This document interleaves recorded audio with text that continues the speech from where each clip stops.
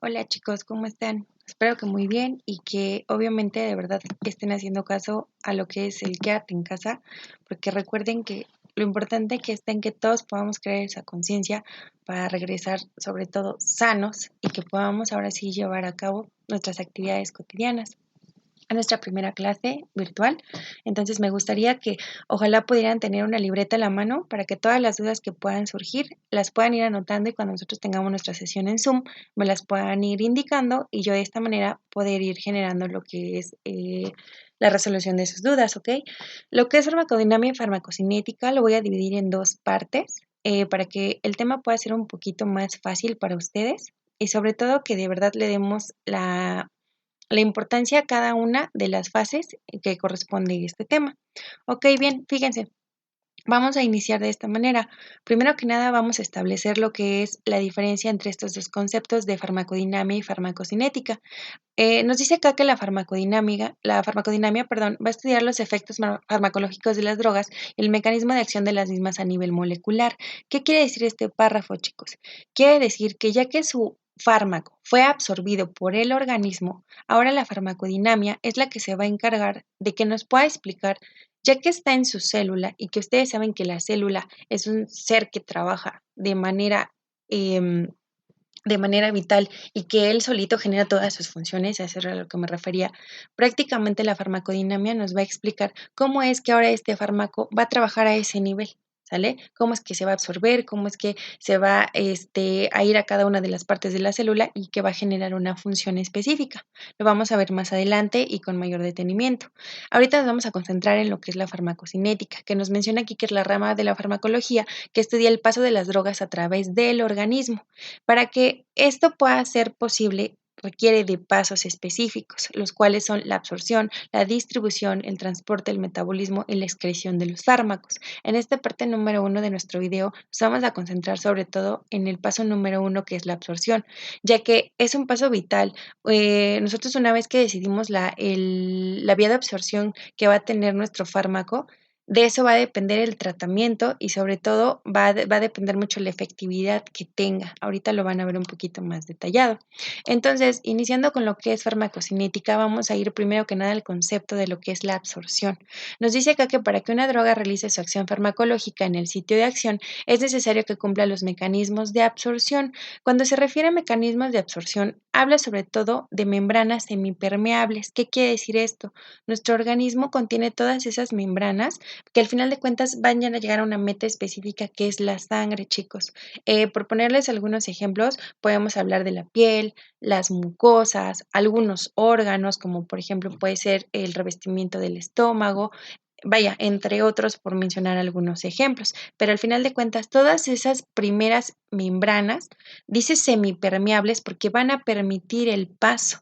Y de esta manera es que va a permitir que un fármaco pueda ser más efectivo sobre otro. Ahorita que vamos las diferentes vías es que van a quedar un poquito más resueltas sus dudas. No por nada, el segundo punto va muy ligado a lo que acabamos de decir, que nos dice que la absorción va a depender de la vía de administración empleada y obviamente de las características físico-químicas de la misma. ¿Qué quiere decir esto? No es lo mismo que ustedes puedan ingerir un medicamento vía oral, como por ejemplo una tableta, una cápsula, etc., a que ustedes generen una vía de absorción, por ejemplo, intramuscular o inclusive intravenosa, que es muchísimo más directo hacia lo que es el torrente sanguíneo. Depende la vía, es que va a depender, una, que el fármaco pueda ser absorbido muchísimo más rápido, o segunda, que inclusive ese fármaco, si lo queremos de distribución lenta, que también pueda permanecer mucho más tiempo en nuestro organismo y eso nos va a permitir que tengamos un tiempo más prolongado para colocarlo. Por ejemplo, no nada más es decir porque sí, ok, te lo vas a tomar cada 8 horas por 7 días. No, si nosotros sabemos que va a tener un tiempo de distribución lento y que va a ser prolongado, es decir, que se van a estar disparando esas cargas del medicamento de manera constante, la podemos llevar a un tiempo mucho más prolongado, como por ejemplo una aplicación de cada 12 horas, por mencionar un ejemplo. Por eso es muy importante que nosotros elijamos la vía adecuada, obviamente que vaya acorde, perdón, a lo que son las características del paciente, la edad, obviamente la enfermedad por la que está pasando, en este caso inclusive hasta el pronóstico de la enfermedad, ¿no? No es lo mismo que se detecte a tiempo a que llegue con un estado avanzado, ¿ok? Digo, por generar alguna formalidad para que sepan ustedes que tienen indicaciones específicas cada fármaco.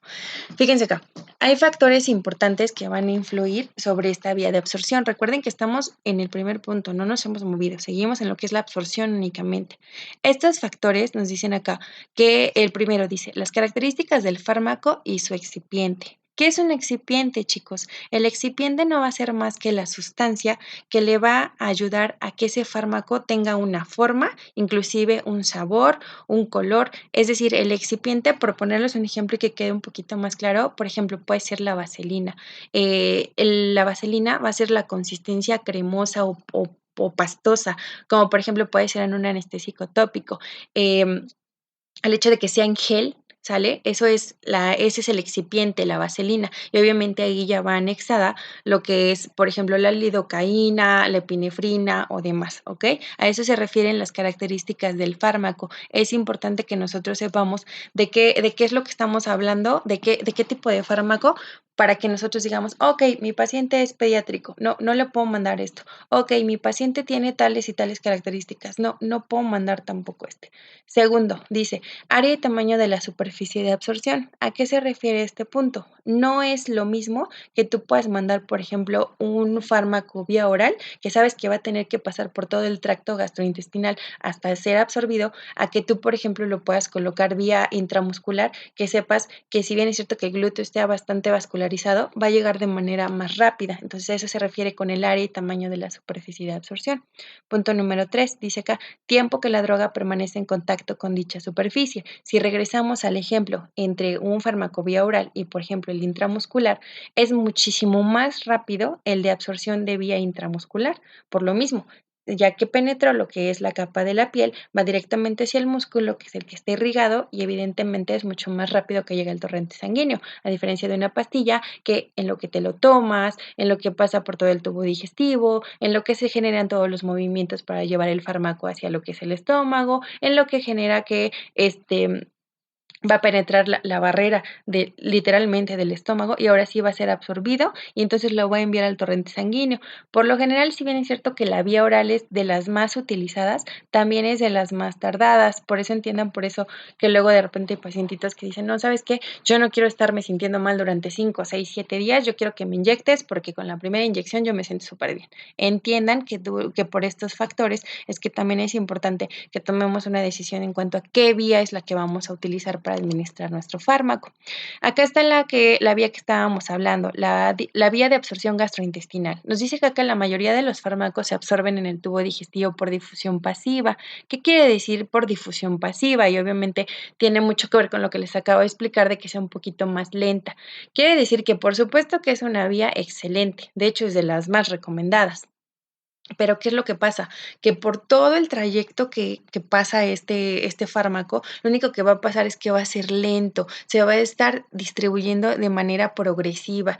Entonces, es un poco más complicado que llegue a tener un efecto muy, muy rápido. Pero fíjense, aquí también es importante hacer una observación. Hay medicamentos de vía oral, pero, por ejemplo, que pueden ser administrados sublingual. ¿Qué quiere decir esto? Que van debajo de la lengua.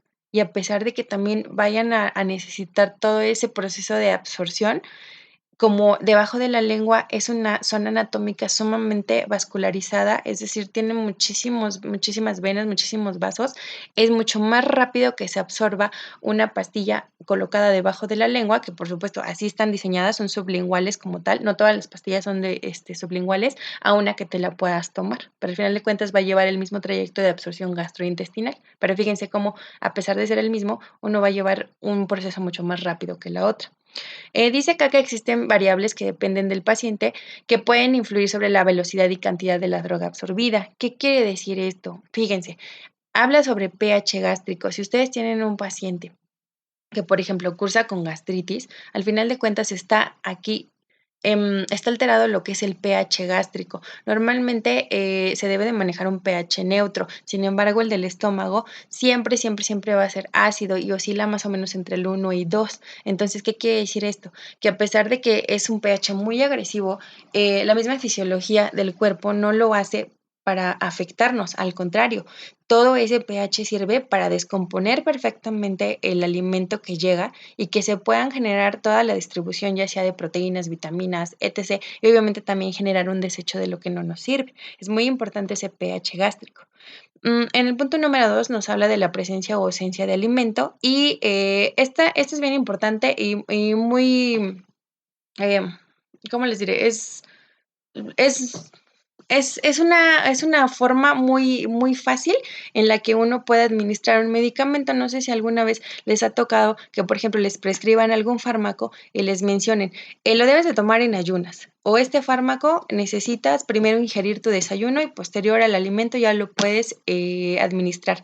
Al final de cuentas, el que uno tenga ya alimento en el estómago, lo único que va a hacer es que ya va a regular ese pH. Recuerden, siempre va a ser ácido el del estómago, pero ya con alimento ya no lo genera tan ácido, porque al final de cuentas, por lo general, hablando de antibióticos, la mayoría son ácidos. Entonces, si de por sí se maneja un pH ácido en el estómago, más aparte por el medicamento, le agregamos mucho más ácido, luego por eso los pacientes refieren mucha molestia y si no es bien administrado este medicamento puede tener secuelas graves, desde el hecho de que de verdad se le provoque ya ahora sí como tal una gastritis, hasta inclusive llevarlo a una úlcera gástrica, que ya es algo muy grave, ¿sale? Y nos dice por último el tiempo de vaciado gástrico y la motilidad gastrointestinal. Este punto es bien vital y es muy fácil. Eh, la motilidad gastrointestinal habla de todo el movimiento que tienen los intestinos y obviamente pues también el estómago para generar toda esa descomposición del alimento. Y obviamente ahí va involucrado otra vez el pH gástrico, perdón. El vaciado gástrico es algo que se hace todo el tiempo, no se puede mantener el mismo pH, sino entonces ahora sí nosotros nos estaríamos haciendo daño. Entonces, si el tiempo de vaciado de un paciente no es tan rápido o por el contrario, es demasiado rápido, pudiéramos nosotros generar un daño muy severo.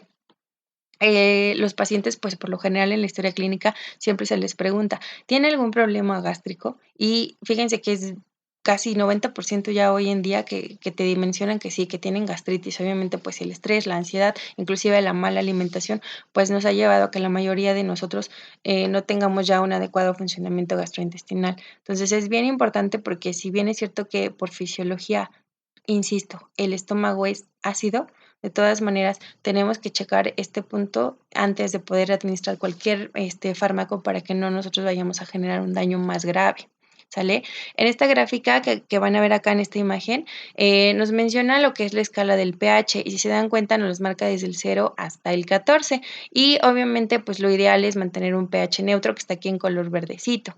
Nos dice acá que la difusión de las drogas siempre se va a realizar por un vehículo, ya lo habíamos mencionado antes, que es la sangre. Ese, al final de cuentas, es la meta de cualquier fármaco, el llegar a la sangre. Su distribución va a ser por torrente sanguíneo. Y fíjense, la sangre también maneja un pH, nos habla de que maneja un pH de 7.4, por eso les mencionaba yo que por fisiología, de por sí nosotros siempre debemos manejar un pH neutro. Y ojo, la que yo les había manejado acá, el pH gástrico oscila del 1 al 2, en donde prácticamente estamos hablando de un muy ácido a un moderadamente ácido. Entonces es importante que nosotros sepamos las condiciones perfectas en las que está el paciente para que nosotros podamos decidir qué fármaco mandar y sobre todo si está indicado en una vía de administración gastrointestinal porque nuestro paciente está en las mejores condiciones. Esta es una segunda vía de absorción que también es muy utilizada, que es la absorción rectal.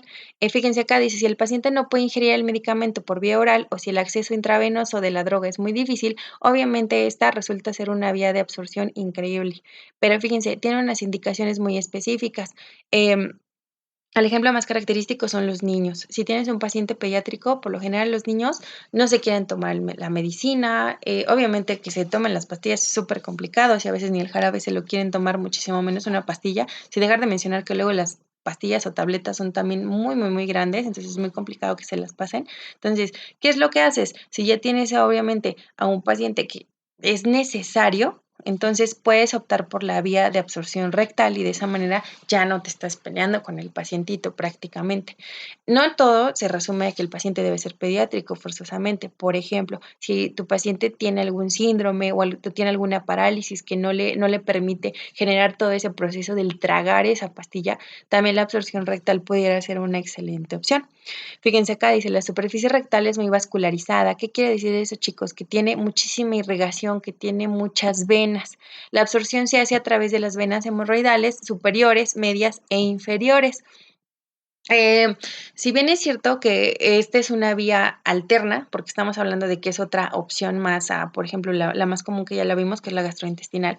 Aquí en rojito les estoy anotando también un contra, porque el problema de aquí es que esa parte anatómica del recto, pues nunca está, digamos, limpia prácticamente. Entonces el problema aquí está en que si nosotros optamos por esta vía, de entrada primero lo indicado es pedirle al pacientito que pueda ir al sanitario antes de colocarse cualquier supositorio, por obvias razones. De esa manera va a evacuar, ya no se encuentra ahí contenida materia fecal, porque si no lo único que pasa es que si ponemos un rango del 0 al 100, por lo general la absorción rectal, lo único que pasa es que se termina combinando con lo que es la materia fecal y su absorción, si bien es cierto que buscamos que sea el 100%, se pudiera ver afectada del 80 al 85% y entonces no se está administrando de manera correcta el medicamento. Ese pudiera ser un contra muy importante que tenga esta absorción. ¿Sale? Entonces, si pasamos a otra, perdón, a otra vía de absorción, que también es muy común, que es la intramuscular. Aquí yo creo que si no es tan utilizada, pues es porque no a muchos nos gusta que nos estén picando prácticamente. Pero bueno, acá su importancia radica sobre todo en la perfusión vascular que tiene. ¿Qué quiere decir esto? Que toda esta área del glúteo está sumamente vascularizada. Entonces, al tener bastantes venas y demás, para que se pueda ahí nuevamente colocar el medicamento directo a la vía sanguínea, al torrente sanguíneo, pues obviamente genera que esta sea la mejor vía o que prácticamente sea una de las más utilizadas porque tiene una eficiencia y sobre todo porque el tiempo de acción es muy, muy rápido. Muchas veces el paciente llega ya en estados muy críticos, inmediatamente se genera lo que es la inyección y prácticamente a los 10, 15 minutos tú ya puedes ver que el fármaco hizo efecto. Pero ojo, también aquí influyen algunos factores. Fíjense acá, nos menciona como primero el flujo sanguíneo local. ¿A qué se refiere con esto? Y por eso les quise colocar esta imagen que ven aquí. Si recordarán en clases, ya también habíamos mencionado la manera indicada de poder colocar una inyección, que habíamos hablado que en el glúteo y hacia izquierdo a derecho, lo importante es realizar lo que es una cruz y en la parte superior lo que va más hacia la lateralidad es lo indicado para que se pueda colocar esta inyección. Sobre todo, una, porque esta parte es la más vascularizada y segunda, porque también habíamos hablado de poder cuidar lo que es nuestro nervio ciático y que no se vaya a dañar, ¿sale?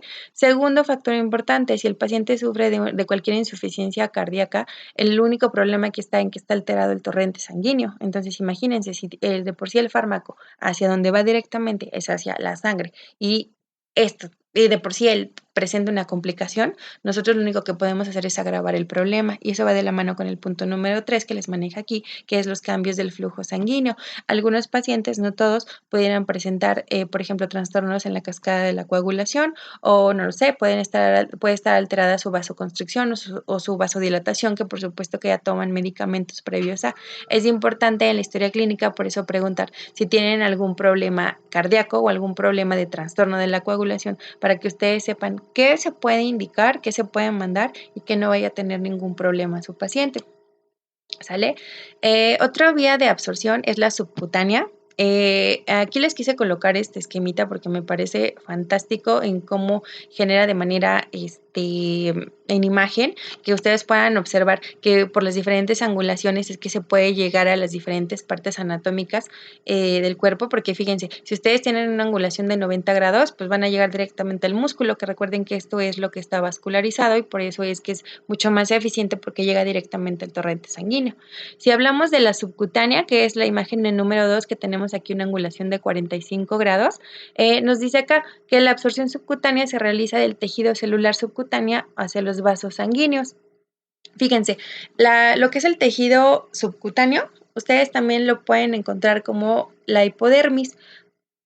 Perdón, la hipodermis lo único que hace es que genera un almacenamiento o son los depósitos de grasa. Ustedes saben que la grasa nosotros lo conocemos como tejido adiposo. Entonces, ¿a qué se refiere con este párrafo cuando dice, debido a la escasa irrigación de esta zona, recuerden, es grasa, no hay tanto ahí vasos, ¿sale? Es grasa, es acumulación de grasa. Dice, la inyección por esta vía ofrece una liberación lenta de las drogas. ¿Qué quiere decir esto? Que imagínense ustedes que tuvieran, digamos, un saquito en donde ustedes van a llegar, lo van a llenar completamente, van a hacer que se esponje completamente, lo van a llenar de su antibiótico y lo único que va a hacer es que por eso va a ser de liberación lenta, porque va a estar todo el tiempo ahí. Imagínense que generaron ustedes una esponjita de su medicamento y entonces se va a estar, digamos, esparciendo o se va a estar en este caso generando microexpulsiones, pero al final de cuentas se va a mantener constante.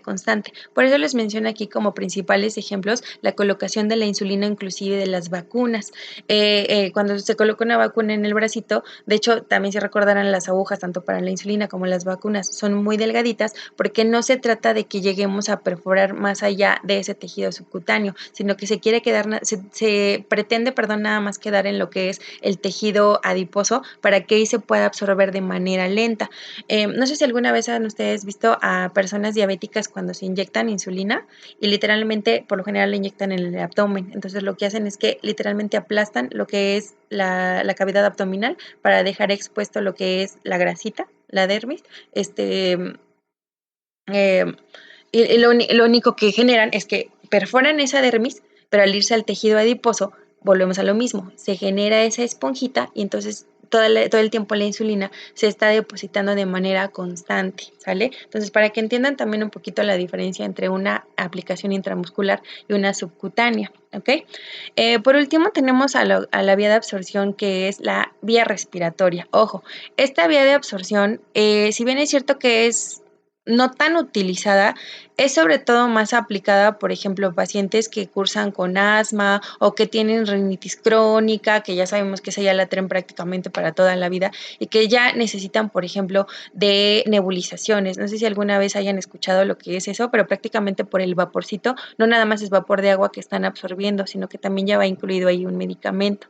Fíjense acá dice, los vapores de líquidos volátiles y gases anestésicos pueden administrarse por vía inhalatoria, pero ustedes se preguntarán por qué es tan eficiente, porque pues entonces todo el mundo pudiéramos escoger nebulizaciones en lugar de, por ejemplo, una inyección, ¿no? Dice acá, el acceso a la circulación es rápida debido a la gran superficie de absorción que ofrecen los alvéolos y la gran vascularización del sistema. Entonces recuerden que esos alvéolos nosotros los tenemos ubicados en nuestros pulmones, entonces ellos están irrigados, y entonces de esa manera nuevamente volvemos a la meta que es nuestro torrente sanguíneo. Nosotros al llevar todo ese medicamento, al inhalarlo, de todas maneras lo estamos impregnando en nuestros alvéolos que están completamente irrigados por la sangre y nuevamente es que ese medicamento se puede adherir. Entonces es una vía excelente. En el último párrafo menciona sobre todo que es utilizada más que nada en la anestesia general. Si alguno de ustedes ha tenido la oportunidad de entrar ya hacia un procedimiento o inclusive ha tenido que sufrir lo que es una anestesia general, nos colocan lo que es la mascarilla, inmediatamente piden la cuenta regresiva del 10 al 0. Y de verdad, chicos, que de empezar en el 10, en el número 8, uno ya está completamente dormido. Es muy rápida la perfusión de estos medicamentos vía respiratoria, pero ojo, obviamente al hablar de anestésicos, por supuesto que estamos hablando de que nuestro organismo va a seguir realizando sus funciones, pero nosotros ya no los vamos a hacer de manera autónoma. Entonces, es otro boleto, ¿no? Aquí el anestesiólogo entra, no por nada hay especialistas en el área de la medicina, pues para generar perfectamente que todas... que todas las situaciones estén bajo control y que nada pueda generar algún riesgo para el paciente. Este tipo de administración no es muy aplicada, sin embargo es importante que ustedes la conozcan para que sepan que también es una opción más. Entonces, fíjense chicos, este video hasta ahorita nada más generamos lo que es la primera parte, que es absorción. Vimos los 5 tipos principales que hay, los desglosamos para que ustedes puedan entender un poquito más cómo es que el fármaco va a ingresar al organismo, pero esto nada más consta en nuestra primera parte. En nuestro segundo video, en nuestra segunda clase, vamos a generar los siguientes pasos hasta llegar a la excreción del medicamento. Entonces, espero que haya yo podido explicar adecuadamente también espero que tengan anotadas en su libretita las dudas que les hayan quedado para que en nuestra sesión de Zoom podamos generarles todas las respuestas necesarias, ¿ok? Les estoy colocando aquí lo que es su actividad número 7. Recuerden que todo se está generando en un orden. Ya llevábamos una secuencia de trabajo, entonces por eso es bien importante que tomen esto con seriedad, puesto que las actividades se van a seguir realizando de manera constante y sobre todo ya nos vamos a acatar al horario, refiriéndome a los días en los que yo veía cada uno de los salones, para que ustedes sepan que de esa manera, al ir trabajando todo el tiempo y constante, pues se va a poder generar su calificación, ¿ok? Bien, les voy a generar un documento en Word a continuación en la página de Edmodo y ahí ustedes van a tener el contenido de lo que es un cuestionario y por último les estoy pidiendo que realicen un mapa conceptual, obviamente nada más con palabras clave para que ustedes me puedan describir las 5 vías de administración que ahorita acabamos de explicar en nuestra clase virtual. Me gustaría que por favor el archivo que me van a mandar, ojalá me lo puedan mandar en PDF, como los archivos pasados, le colocan su nombre completo, su salón y por favor anexen también número de lista. Recuerden que ya todo lo vamos a trabajar en la plataforma de Edmodo. Entonces, en donde yo les coloco la actividad, les voy a pedir que por favor ahí la suban para que yo pueda tener todo ese conteo. Entonces, con esto yo finalizo mi primera clase, chicos. Espero vernos muy, muy pronto. Recuerden, por favor, no hacer caso omiso al quédate en casa. Y ya saben que yo estoy para todo lo que ustedes quieran. Estoy para apoyarlos. Cuídense mucho. Bye.